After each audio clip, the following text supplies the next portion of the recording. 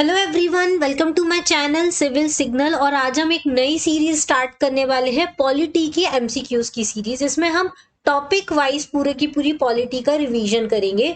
पहला जो टॉपिक है वो हमारा होने वाला है कॉन्स्टिट्यूशनल डेवलपमेंट ऑफ इंडिया। इसके बाद सारे जो पॉलिटी के इंपॉर्टेंट टॉपिक्स हैं, टॉपिक वाइज हम लोग एमसीक्यूज डिस्कस करेंगे। जैसे फंडामेंटल राइट्स के ऊपर पूरा एक वीडियो आएगा, फिर फंडामेंटल ड्यूटी से रिलेटेड जो भी एमसीक्यूज बनते हैं जो प्रीवियस एग्जाम्स में आए हुए हैं उसके बारे में हम डिस्कस करेंगे कि किस टाइप के क्वेश्चन जो है वो फ्रेम है। देखो, जिन बच्चों ने पॉलिटी ऑलरेडी पढ़ लिया है उनके लिए बहुत इंपॉर्टेंट होने वाला है, क्योंकि सिर्फ पढ़ना इंपॉर्टेंट नहीं है, पढ़ने के बाद किस टाइप के एमसीक्यूज फ्रेम होते हैं और उन एमसीक्यूज को सॉल्व करने का क्या तरीका होता है वो बहुत ज्यादा इंपॉर्टेंट होता है किसी भी एग्जाम को क्रैक करने के लिए। तो इस सीरीज में हम पूरे पॉलिटी के जो एमसीक्यूज हैं फर्स्ट चैप्टर से लेके लास्ट चैप्टर तक डिस्कस करेंगे। सारे इंपॉर्टेंट टॉपिक्स इसमें आने वाले हैं, president, prime minister, chief minister, governor and non constitutional body and constitutional body. ठीक है, तो चलिए आज हम पहला चैप्टर स्टार्ट करते हैं कॉन्स्टिट्यूशनल डेवलपमेंट ऑफ इंडिया के बारे में। ये हमारा पहला चैप्टर है। इससे रिलेटेड सारे जो प्रीवियस ईयर में क्वेश्चंस आए हैं वो भी हम डिस्कस करेंगे, प्लस किस टाइप के क्वेश्चंस फ्रेम होते हैं वो हम डिस्कस करने वाले हैं। क्लियर? ओके, चलिए स्टार्ट करते हैं क्वेश्चन नंबर 1 से। इस सीरीज में हम लोग ये क्वेश्चन तो डिस्कस करेंगे ही, साथ में मैं आपका इससे रिलेटेड जो इसके ऑप्शंस में है वो भी डिस्कस करूंगी, जिससे आपके अगर एक एमसीक्यू हम सॉल्व करते हैं तो उसमें आपके मिनिमम 4 एमसीक्यूज आपके सॉल्व हो सकते हैं। ठीक है, तो बने रहिए इस लेक्चर के साथ एंड तक, आपको ये वाला जो टॉपिक है वो पूरा क्लियर हो जाएगा और याद भी हो जाएगा। तो पहला हमारा क्वेश्चन है, विच of the following exercise the most profound Which of the following exercised the most profound influence in the framing the Indian Constitution? मतलब इंडियन कॉन्स्टिट्यूशन के फ्रेमिंग में सबसे ज्यादा इन्फ्लुएंस किस चीज का है? तो जैसा हमने चैप्टर 1 में पढ़ा है कि सबसे ज्यादा इन्फ्लुएंस जो है वो गवर्नमेंट ऑफ इंडिया एक्ट 1935 का है। आप एक और काम कर सकते हैं, जैसे मैं पहला क्वेश्चन पढ़ती हूँ उसके बाद आप पॉज भी कर सकते हैं वीडियो को और अपने आप से अटेम्प्ट कर सकते हैं। ठीक है, इससे क्या होगा, आपका खुद का नॉलेज भी आपको समझ में आएगा कि आपको कितना रिटेन हुआ है। ठीक है, चलिए, तो गवर्नमेंट ऑफ इंडिया एक्ट से हमने सबसे ज्यादा पोर्शन लिया है इंडियन कॉन्स्टिट्यूशन का। आयरिश कॉन्स्टिट्यूशन से हमने क्या लिया है? फंडामेंटल ड्यूटीज लिए हैं। ब्रिटिश कॉन्स्टिट्यूशन से हम लोगों ने क्या लिया है? हमारा जो पार्लियामेंट्री सिस्टम है, लोकसभा बनना, राज्यसभा बनना, इलेक्शन होना, ये सब हमने किससे लिया है? ब्रिटिश कॉन्स्टिट्यूशन से लिया है। और यूएस कॉन्स्टिट्यूशन से हमने सबसे इंपॉर्टेंट चीज ली है, वो है हमारे फंडामेंटल राइट्स के बारे में। ठीक है, तो ये हो गया हमारा फर्स्ट क्वेश्चन। अब हम सेकंड क्वेश्चन देखते हैं। The first attempt to introduce a representative and popular element in the governance of India was made through. मतलब पहला अटेम्प्ट जो किया गया था representative and the popular element को इंक्लूड करने का गवर्नेंस ऑफ इंडिया, मतलब ये क्वेश्चन पूछना चाह रहा है ऐसा कौन सा पहला एक्ट आया था जिसमें जो हमारे इंडियंस थे उनको इंट्रोड्यूस किया गया था, मतलब पहली बार लिया गया था। तो वो आया था इंडियन काउंसिल एक्ट 1861, इसका आंसर है। आप पहले खुद से अटेम्प्ट कर लीजिएगा। और फिर उसके बाद इंडियन काउंसिल एक्ट में 3 लोगों को सबसे पहले इंट्रोड्यूस किया गया था लेजिस्लेटिव काउंसिल में। वो कौन कौन थे? पहले थे राजा ऑफ बनारस, दूसरा थे महाराजा ऑफ पटियाला और तीसरे थे सर दिनकर राव। ये 3 इंपॉर्टेंट मेंबर्स थे जो सबसे पहले इंट्रोड्यूस किए गए थे गवर्नर की लेजिस्लेटिव काउंसिल में। ठीक है, एग्जीक्यूटिव काउंसिल में जो पहला मेंबर ऐड किया जाएगा वो भी नेक्स्ट क्वेश्चन आएगा, लेकिन वो आपको रिवाइज हो जाए इसलिए मैं आपको यहाँ पर नहीं बताऊंगी, उसी टाइम बता दूंगी, नहीं तो फिर आपको क्वेश्चन का आंसर पता चल जाएगा। ठीक है, इंडियन काउंसिल एक्ट में क्या किया गया था? ये जो 3 मेंबर्स थे इन्हीं को इंक्रीज कर दिया गया था। इंडियन काउंसिल एक्ट 1909 ये बहुत पॉपुलर है, इसको मॉर्ले मिंटो रिफॉर्म्स भी बोलते हैं। और इसमें सबसे इंपॉर्टेंट चीज की गई थी वो थी कम्युनल इलेक्टोरेट को ऐड किया गया था। कम्युनल इलेक्टोरेट मतलब मुस्लिम्स को अलग से इलेक्टोरेट दे दिया गया था। क्लियर? उसके बाद आया था गवर्नमेंट ऑफ इंडिया एक्ट 1919, ये भी बहुत इंपॉर्टेंट है। इसमें प्रोविंशियल ऑटोनॉमी में डायरकी इंट्रोड्यूस की गई थी। डायरकी क्या होती है वो हम आगे डिस्कस करेंगे। नेक्स्ट क्वेश्चन है, विच of the following acts introduce communal electorate in India? देखो, यही हमने अभी पहले डिस्कस किया था। इससे क्या होगा, आपने पहले डिस्कस कर लिया फिर क्वेश्चन आया तो आपका रिवाइज हो जाएगा, तो आपको एग्जाम टाइम में एकदम से क्लिक करेगी बहुत सारी चीजें। इसलिए इस सीरीज को आप जरूर देखिएगा, आपको बहुत बहुत बहुत ज्यादा फायदा होने वाला एग्जाम में। विच of the following acts introduce communal electorate, तो कौन सा एक्ट है जिसने कम्युनल इलेक्टोरेट को इंट्रोड्यूस किया है, तो ये था 1909 का एक्ट, जिसको हम क्या बोलते थे, मॉर्ले मिंटो रिफॉर्म्स बोलते थे। क्या बोलते थे, मॉर्ले मिंटो रिफॉर्म्स। अच्छा, जिन बच्चों ने पॉलिटी पढ़ा है वो मुझे कमेंट बॉक्स में बताएंगे कि मॉर्ले कौन होते थे और मिंटो कौन थे। ठीक है, ये दो, एक सेक्रेटरी ऑफ स्टेट है इसमें से, एक वाइसरॉय है, कौन है ये आप मुझे कमेंट बॉक्स में बताइएगा। ठीक है, फिर गवर्नमेंट ऑफ इंडिया एक्ट 1935 में क्या इंट्रोड्यूस किया गया था, 3 लिस्ट का जो कॉन्सेप्ट है वो गवर्नमेंट ऑफ इंडिया एक्ट में आया था। कौन कौन सी 3 लिस्ट है, एक तो फेडरल लिस्ट है, एक प्रोविंशियल लिस्ट है, मतलब स्टेट लिस्ट अभी हम उसको बोलते हैं, और एक होती है हमारी कॉन्करेंट लिस्ट, जिसमें स्टेट और सेंटर दोनों ही क्या बना सकते हैं, रूल्स एंड लॉ बना सकते हैं। ठीक है, तो ये सारे एक्ट हो गए। अब उसके बाद फोर्थ क्वेश्चन है, फोर्थ क्वेश्चन ये असर्शन और रीजन वाला क्वेश्चन है। इस टाइप के क्वेश्चन जो है वो आपसे यूपीएससी के एग्जाम में भी पूछे जाते हैं और सारे स्टेट पीसीएस के एग्जाम्स में भी पूछे जाते हैं। ठीक है, तो ये क्वेश्चंस आपको जरूर अटेम्प्ट करने हैं, इसमें आपको सोच समझ के आंसर देना है। देखो, पहले आप असर्शन पढ़िए ए नंबर का, इसमें क्या है, the Government of India Act of 1858 transfer the governance of India from the East India Company to the crown. मतलब गवर्नमेंट ऑफ इंडिया एक्ट जो आया था 1858, उसके थ्रू जो इंडिया का गवर्नेंस था वो ईस्ट इंडिया कंपनी से किसके हाथों में चला गया था, ब्रिटिश क्राउन के हाथों में चला गया। तो ये सही है या नहीं है, ऑब्वियसली ये सही स्टेटमेंट है। अगर आपने 1858 का एक्ट पढ़ा होगा तो उसमें बताया है कि जो 1858, क्योंकि 1857 में रिवोल्ट हुआ था, उसके बाद 1858 में गवर्नमेंट ऑफ इंडिया एक्ट आया था, पहला गवर्नमेंट ऑफ इंडिया के लिए एक्ट आया था, और इसमें जो पावर ट्रांसफर की गई थी वो ईस्ट इंडिया कंपनी से क्राउन को ट्रांसफर कर दी गई थी।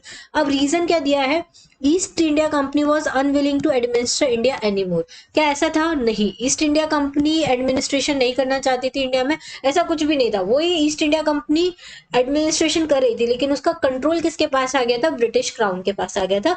तो आर रीजन जो है वो गलत है, तो इसका सही आंसर का क्या होगा, A is true but R is false. Clear. चलिए, ये एनडीए 2006 में आए हुए, ये जो क्वेश्चन है सारे प्रीवियस ईयर्स में आए हुए हैं, तो ये से आपको किसी भी एग्जाम की आप तैयारी करें उसके प्रीवियस ईयर के क्वेश्चंस आपको जरूर करने चाहिए। आप पीसीएस देखो, अभी प्रेजेंटली एक एग्जाम आने वाला है स्टेट पीसीएस में, एमपीपीएससी का एग्जाम, उसमें भी इस टाइप के बहुत क्वेश्चन पूछे जाते हैं। ठीक है, question number 5, by virtue of which act dyarchy was introduced in India. कौन सा ऐसा एक्ट था जिसके थ्रू डायरकी इंट्रोड्यूस की गई थी। डायरकी मतलब क्या होता है, जो पूरे स्टेट के मैटर्स होते हैं उनको 2 पार्ट्स में डिवाइड कर देना, उसको हम डायरकी बोलते हैं। ठीक है, तो पहले इसका आंसर आप देख लीजिए कौन सा हो सकता है। ऑप्शन है Indian council act 1909, government of India act 1919, government of India Act 1935 and Indian independence act 1947। इसका करेक्ट आंसर है गवर्नमेंट ऑफ इंडिया एक्ट 1919, जिसको हम क्या बोलते हैं, मॉन्टेग्यू चैम्सफोर्ड रिफॉर्म्स भी बोलते हैं इसको, मॉन्ट चैम्प रिफोर्ड भी बोलते हैं इसको। ठीक है, इसके थ्रू डायरकी इंट्रोड्यूस की गई थी।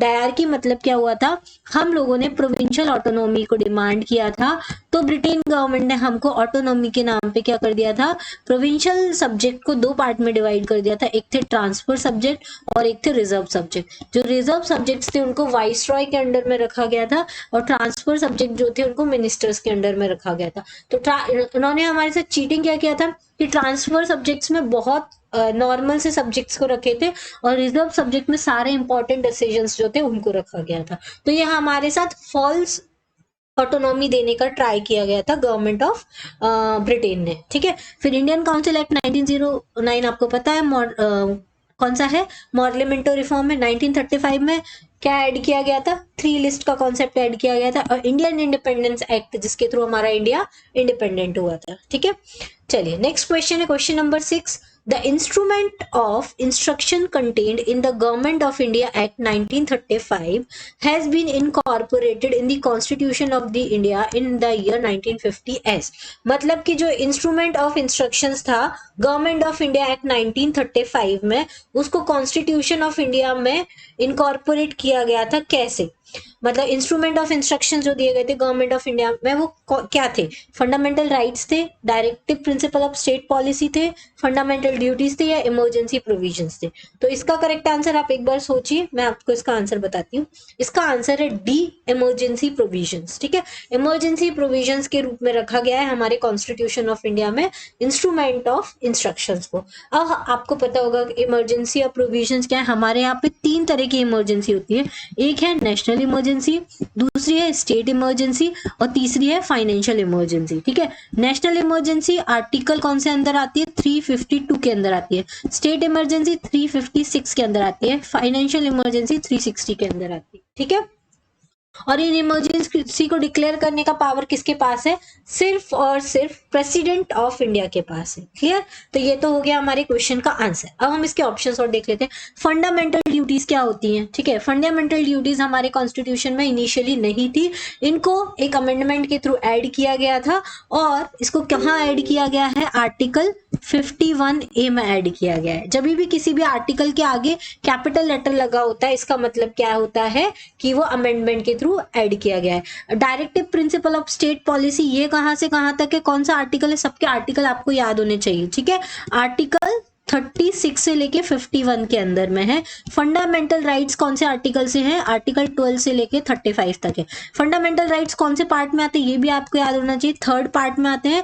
Directive principle of state policy 4th में आते हैं, और फंडामेंटल ड्यूटीज भी 4th में आते हैं। क्लियर? तो एक क्वेश्चन से आपके 4 से 5 क्वेश्चन आपके बन गए हैं। ठीक है, क्लियर? चलिए question number 7। The Government of India Act 1935 was based on, जो गवर्नमेंट ऑफ इंडिया एक्ट था 1935 का, वो किसके ऊपर बेस्ड है? पहला ऑप्शन है principle of federation and parliamentary system, second है principle of succession of the British Indian provinces, third है acceptance of the idea of a constituent assembly to draft a constitution. तो इसका करेक्ट आंसर मैं आपको देती हूँ option A, principle of federation and parliamentary system. कैसे? हमारा government of India में कौन सा सिस्टम है? पार्लियामेंट्री सिस्टम है। फेडरेशन मतलब कि हमारा जो सेंटर है वो स्ट्रॉन्ग है, पर सेंटर जो है वो बहुत सारे मल्टीपल स्टेट्स में डिवाइडेड है, तो इसलिए हमको क्या बोलते हैं? इसको प्रिंसिपल ऑफ फेडरेशन बोलते हैं। क्लियर? चलिए क्वेश्चन नंबर 8 है, the monopoly of Indian trade of the East India Company was abolished by. देखो, आपने जो चार्टर एक्ट पढ़े होंगे उसमें आपको पता होगा एक चार्टर एक्ट आया था जिसमें ईस्ट इंडिया कंपनी को जो मोनोपोली मिली थी इंडिया के साथ ट्रेड करने की, उसको एबॉलिश किया गया था। तो वो कौन सा एक्ट है? तो देखो, रेगुलेटिंग एक्ट 1773 है, चार्टर एक्ट 1833 है, चार्टर एक्ट 1833 है, या गवर्नमेंट ऑफ इंडिया एक्ट 1858 है। तो अगर आपने चार्टर एक्ट पढ़े होंगे तो आपको पता होगा कि चार्टर एक्ट 1813 जो था उसमें इंडियन ट्रेड के साथ जो मोनोपोली थी ईस्ट इंडिया कंपनी की, उसको एंड कर दिया गया था। सिर्फ 2 मोनोपोली बची थी ईस्ट इंडिया कंपनी की, वो किसके साथ थी? कि ट्रेड विद चाइना में इसकी मोनोपोली रहेगी, दूसरा टी ट्रेड में इसकी मोनोपोली रहेगी। और ये जो 2 मोनोपोली थी वो भी कंप्लीटली एंड कर दी गई थी। कब? चार्टर एक्ट 1833 में। क्लियर? तो 1813 में मोनोपोली ट्रेड की एंड की गई थी, और कंप्लीट मोनोपोली एंड कब कर दी गई थी? तो चार्टर एक्ट 1833 में की गई थी, आपको याद रखना है। रेगुलेटिंग एक्ट कब आया था? ईस्ट इंडिया कंपनी के जो एडमिनिस्ट्रेटिव अफेयर्स है उसको रेगुलेट करने के लिए रेगुलेटिंग एक्ट आया था 1773 में। और first governor general of India कौन थे? रेगुलेटिंग एक्ट के थ्रू बने थे, वो आप मुझे कमेंट बॉक्स में बताइए। आप जितना कमेंट बॉक्स में आंसर करेंगे, पार्टिसिपेशन रखेंगे, वो उतना ही अच्छा रहेगा आपके लिए। इससे आपके अंदर जो भी क्वेश्चंस है उसके आंसर्स निकलेंगे तो आपका काफी टाइम अच्छा जाएगा, काफी आपको रिटेन करने में हेल्प होगी।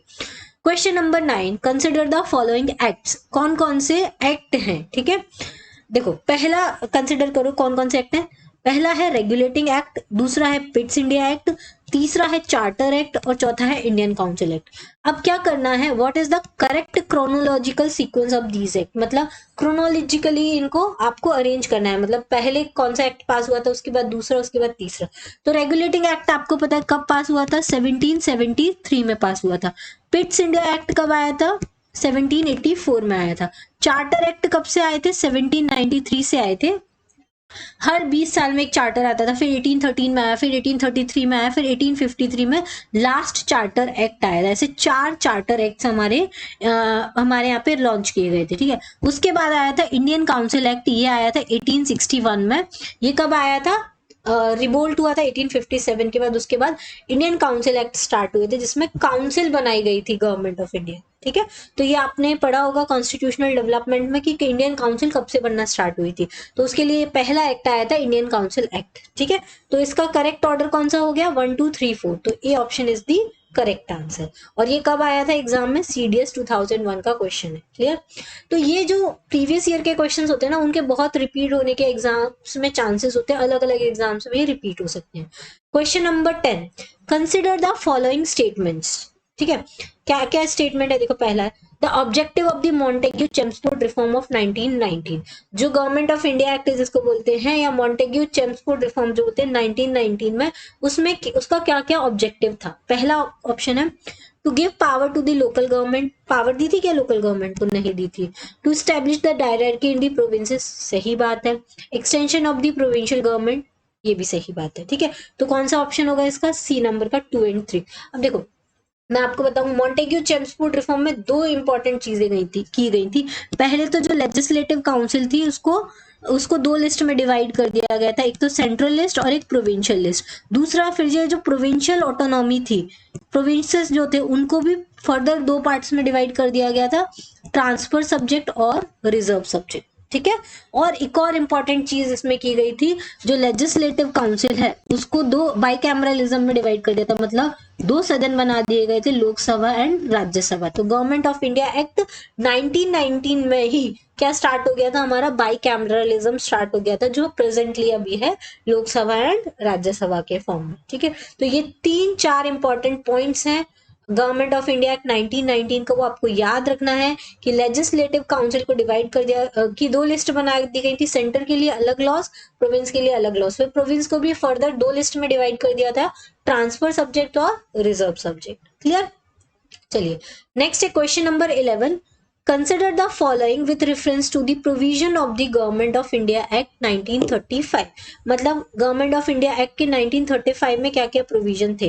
पहला, establishment of all India federation, तो आपने गवर्नमेंट ऑफ इंडिया एक्ट 1935 पढ़ा होगा, तो उसमें ऑल इंडिया फेडरेशन के स्टैब्लिशमेंट की बात की गई थी। दूसरा, provincial autonomy with the government responsible to the elected legislature, तो इलेक्शंस की बात की गई थी 1935 में, और इसके बाद जो इलेक्शंस हुए थे इंडिया में वो हुए थे 1937 में, और उसके बाद मिनिस्ट्रीज आई थी, उन्होंने रिजाइन कर दिया था 1939 में। क्यों रिजाइन कर दिया था, क्योंकि वर्ल्ड वॉर 2 स्टार्ट हो गया था और ब्रिटिश गवर्नमेंट ने विदाउट इंडियन की परमिशन के इंडिया को इंक्लूड कर लिया था वर्ल्ड वॉर 2 में, इस वजह से मिनिस्ट्रीज जो थी उन्होंने रिजाइन कर दिया था। ठीक है, तो सेकेंड वाला ऑप्शन भी करेक्ट है।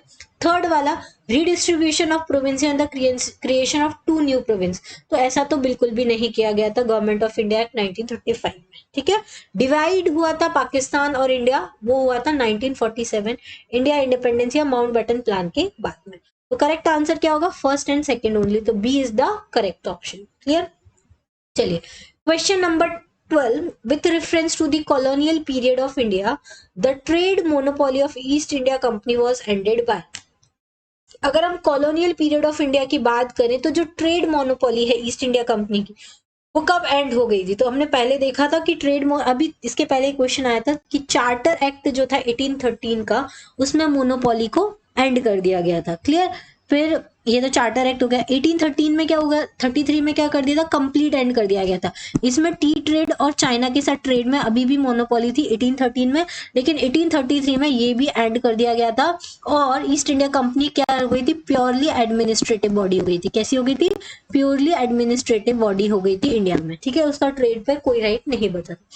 फिर पिट्स इंडिया एक्ट आया था 1784 में, इसने क्या किया था, ईस्ट इंडिया कंपनी के दो डिपार्टमेंट बना देते, COD and BOC, board of control and court of director. ठीक है, एक जो सीओडी जो होता था वो कमर्शियल फंक्शंस देखता था, बीओसी जो होता था वो पॉलिटिकल फंक्शंस को देखता था। और रेगुलेटिंग एक्ट जो था 1773 का, वो ईस्ट इंडिया कंपनी को इंडिया में रेगुलेट करने के लिए आया था। ठीक है, और इसी के थ्रू हमारे first governor general of Bengal कौन बने थे, बैरन हेस्टिंग्स बने थे या विलियम बेंटिक बने थे। दोनों कौन है ये आप मुझे कमेंट बॉक्स में बताइए। क्लियर, चलिए नेक्स्ट क्वेश्चन है question number 13, consider the following statements with reference to the provisions of the Morley Minto reform act in the colonial period of India. अब आपको ये जो स्टेटमेंट्स दिए हैं उनको कंसिडर करना है और बताना है कि इसमें से कौन से प्रोविजन जो थे वो मॉर्ले मिंटो रिफॉर्म में रखे गए थे। तो जैसे ही मॉर्ले मिंटो रिफॉर्म का नाम आता है वैसे ही हमको पता चलना चाहिए कि ये 1909 का जो गवर्नमेंट ऑफ इंडिया एक्ट था वो था। तो पहला प्रोविजन क्या था? The Morley Minto reform act raise the number of additional numbers to the central legislature. तो बिल्कुल सही बात है। कितने मेंबर्स इंक्रीज किए गए थे? 16 से 60 मेंबर्स कर दिए गए थे सेंट्रल लेजिस्लेचर में। Second, it introduce the principle of communal representation. तो ये भी सही बात है क्योंकि इन लोगों ने मुस्लिम्स को कम्युनल रिप्रेजेंटेशन दे दिया था और उसी के बाद से क्या हो गया था? इंडिया में हिंदू और मुस्लिम के बीच का जो ये फूट डालो सेशन करो वाली नीति स्टार्ट की थी किसने? ब्रिटिशर्स ने।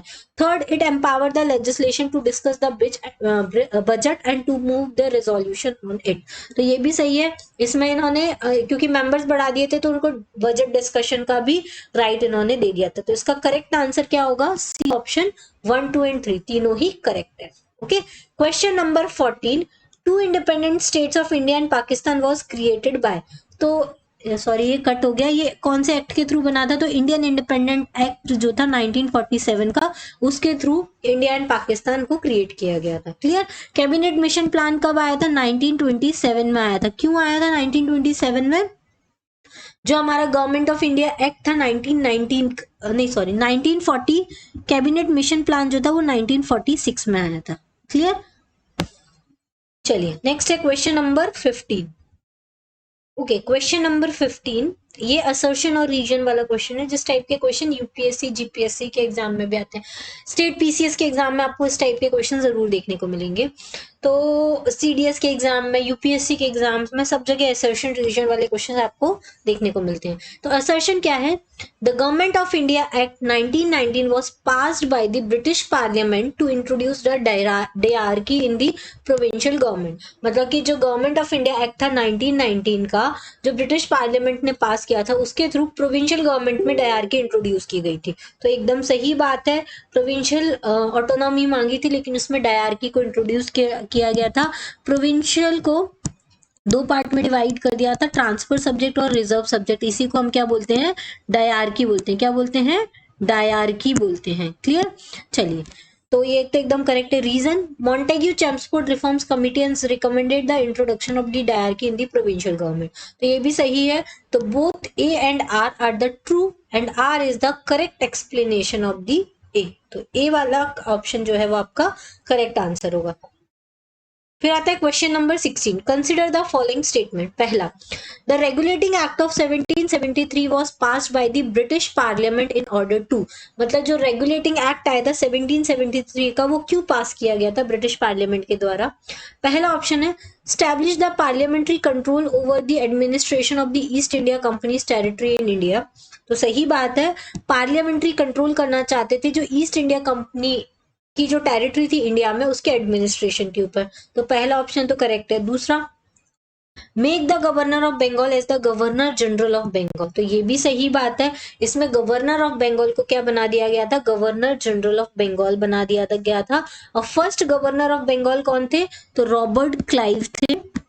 और first governor general of Bengal कौन थे? विलियम बेंटिक थे। ठीक है, विलियम बेंटिक या ओके देखो, गवर्नर जनरल ऑफ बंगाल जो थे वो विलियम बेंटिक नहीं थे, वो कौन थे? वॉरेन हेस्टिंग्स थे। कौन थे? वॉरेन हेस्टिंग्स थे। इन तीनों में बहुत कंफ्यूजन होता है, ये आप ध्यान रखिएगा। और first governor general of India जो थे वो कौन थे? विलियम बेंटिक थे। कौन थे? विलियम बेंटिक थे। और फर्स्ट वाइसरॉय ऑफ इंडिया कौन थे? तो वो लॉर्ड कैनिंग थे। ठीक है, तो कौन थे first governor general of India, कौन थे first governor general of Bengal, और कौन थे फर्स्ट वाइसरॉय ऑफ इंडिया, ये आपको याद रखना है। ठीक है, तो पहला और दूसरा सही है। तीसरा, end of the dual system of administration in India. तो ये भी सही है, ये रॉबर्ट क्लाइव ने स्टार्ट किया था, जिसको रेगुलेटिंग एक्ट ऑफ 1773 के थ्रू एंड कर दिया गया था। तो इसका करेक्ट आंसर क्या होगा? A option, that is 1, 2 and 3। A option is the correct answer, 1, 2 and 3। Question number 17. The first definite step to provide parliamentary control over east India Company was taken by.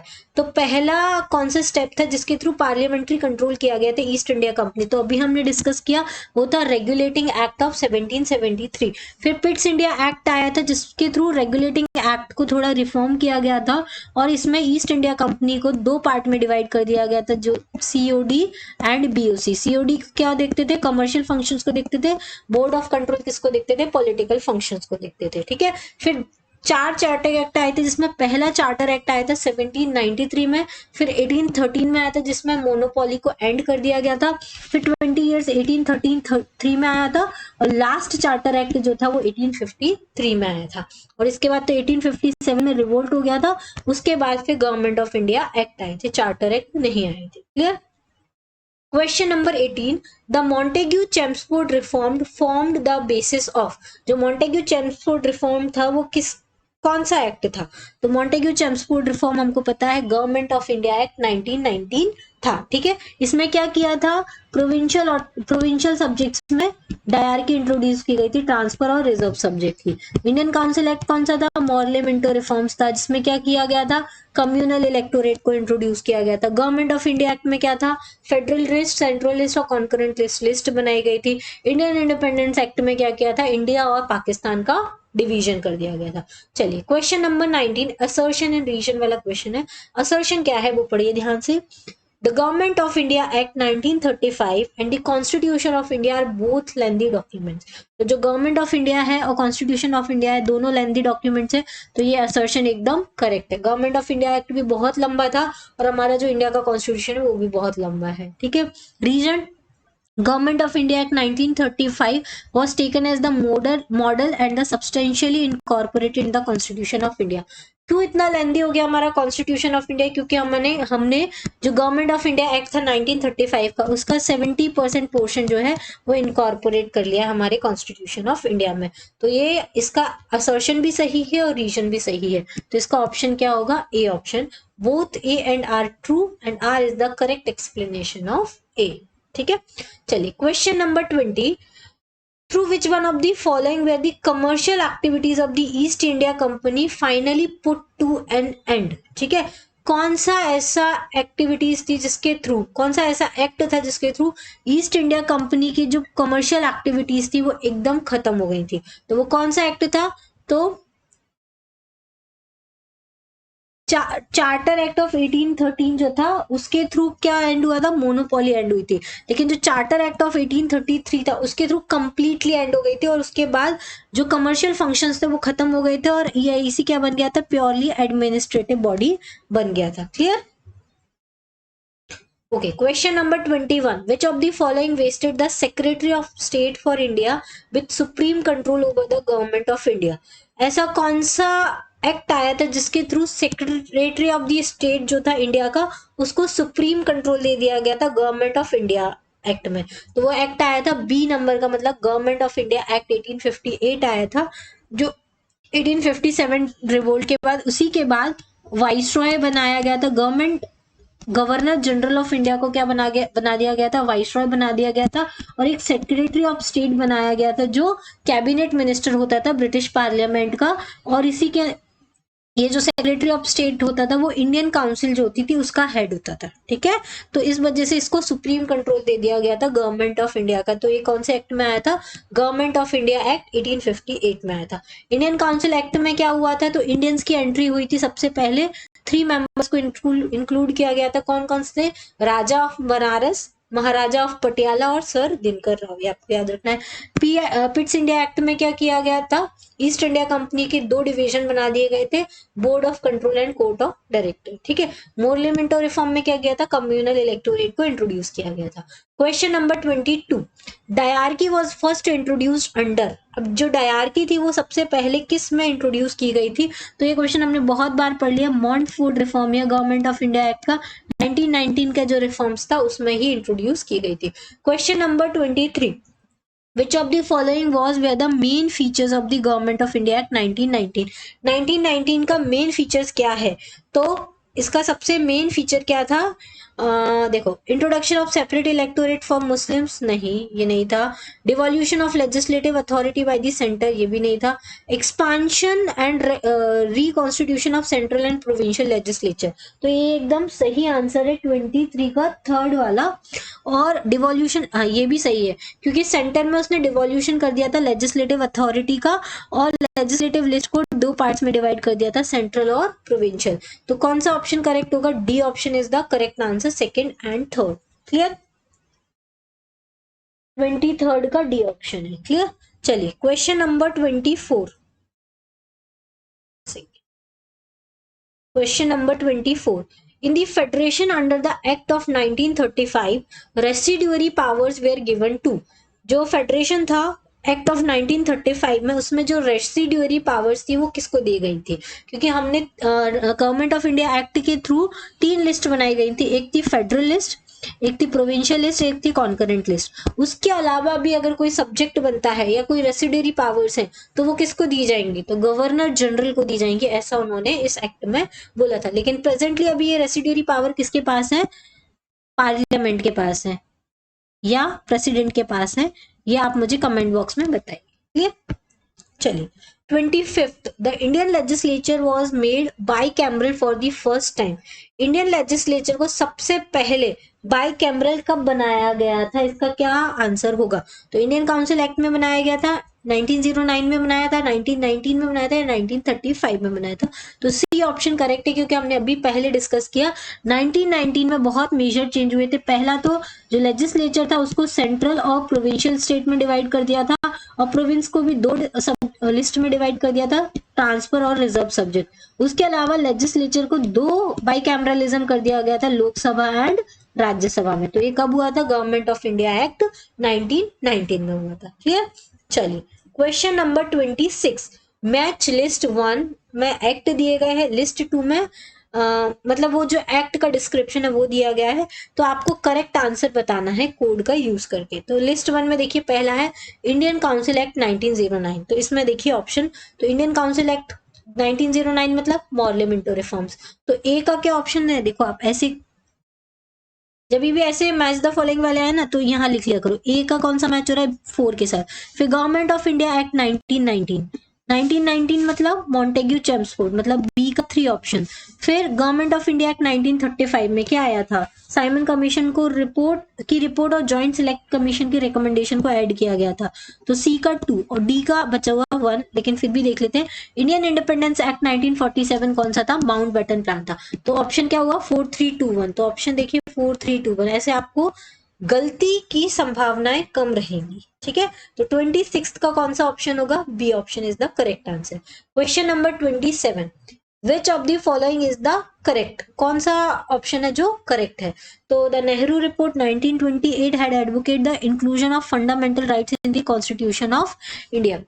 तो Nehru report जो था उन्होंने fundamental rights को include किया था constitution of India में, तो ये ऑप्शन करेक्ट है। इसके अलावा और भी हम देख लेते हैं, गवर्नमेंट ऑफ इंडिया एक्ट 1935 उसने फंडामेंटल राइट्स को बताया था, गलत बात है, 1928 में ही आया था। फिर अगस्त ऑफर जो आया था 1940 में उसने फंडामेंटल राइट्स को इंक्लूड किया था, ये भी गलत है, इन्होंने तो डोमिनियन स्टेटस की बात की थी। ठीक है, क्रिप्स मिशन जो आया था 1942 में उन्होंने फंडामेंटल राइट्स को रिफर किया था, नहीं किया था, इन्होंने भी डोमिनियन स्टेटस की बात की थी। ठीक है, तो ये सारी चीजें, तो इसका करेक्ट आंसर कौन सा होगा, A option is the correct answer.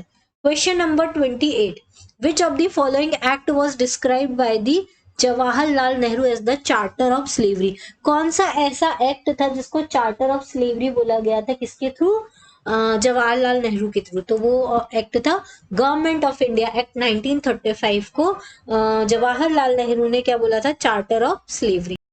Okay, question number 29. In which year did the parliament adopt Indian constitution?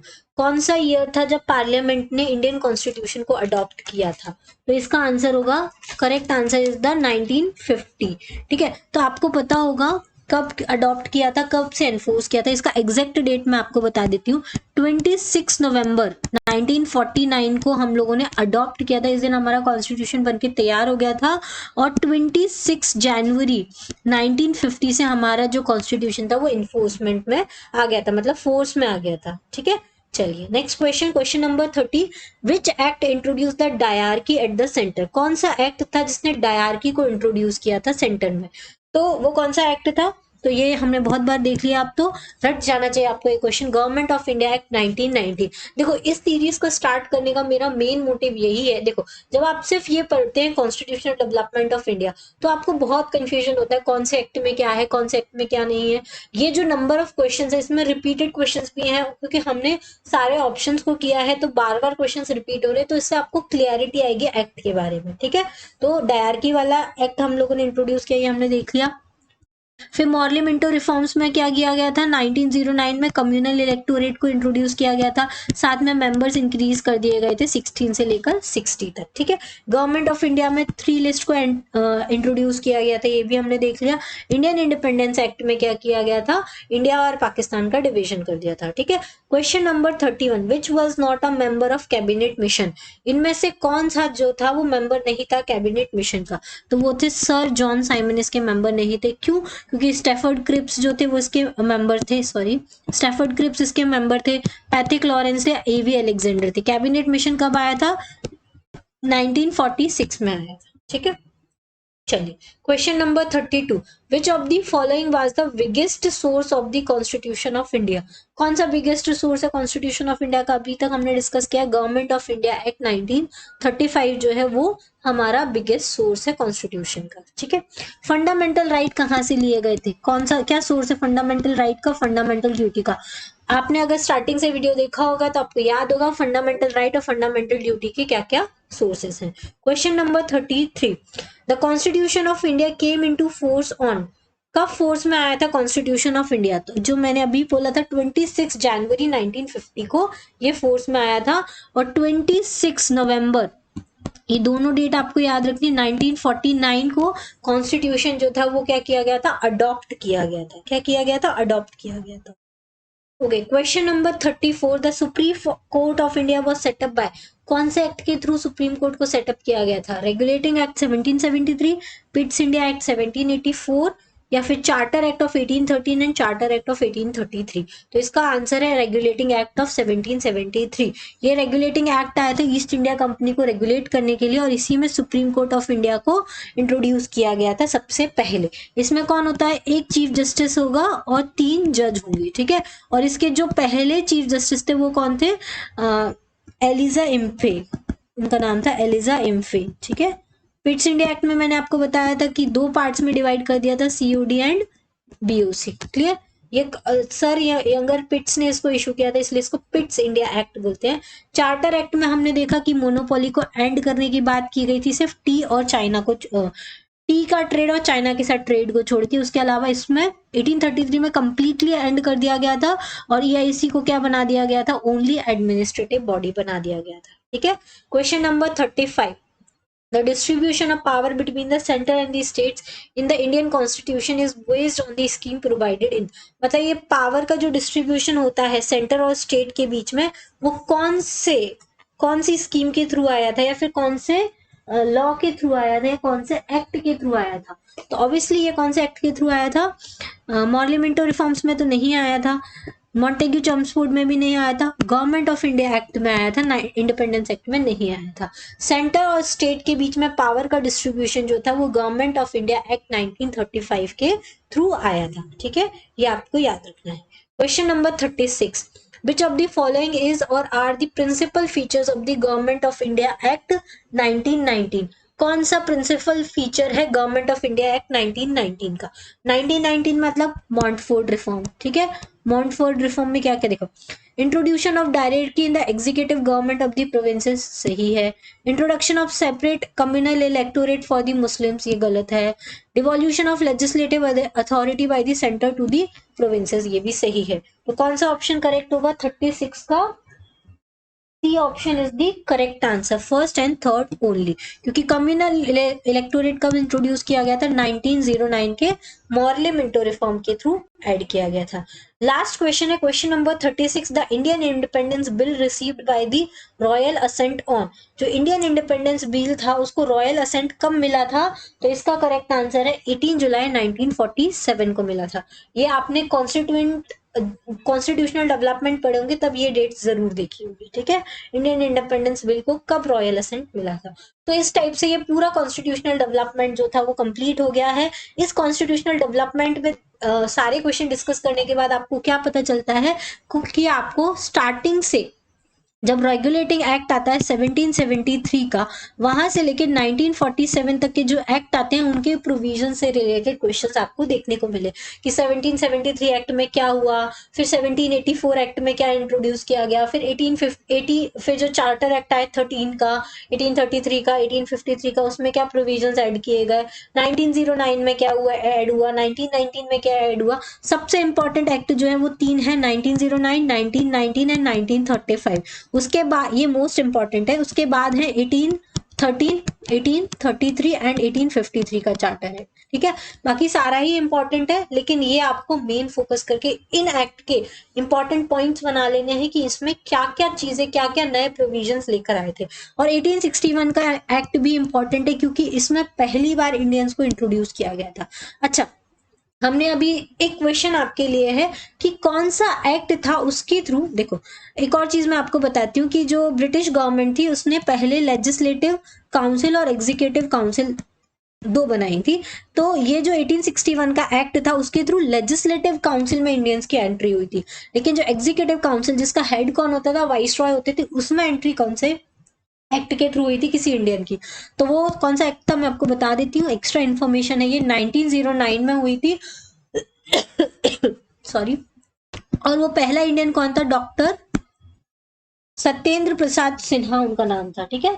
Satyendra Prasad Sinha उनका नाम था, वो सबसे पहले इंडियन थे जो 1909 एक्ट के थ्रू इसमें ऐड किए गए थे, ठीक है।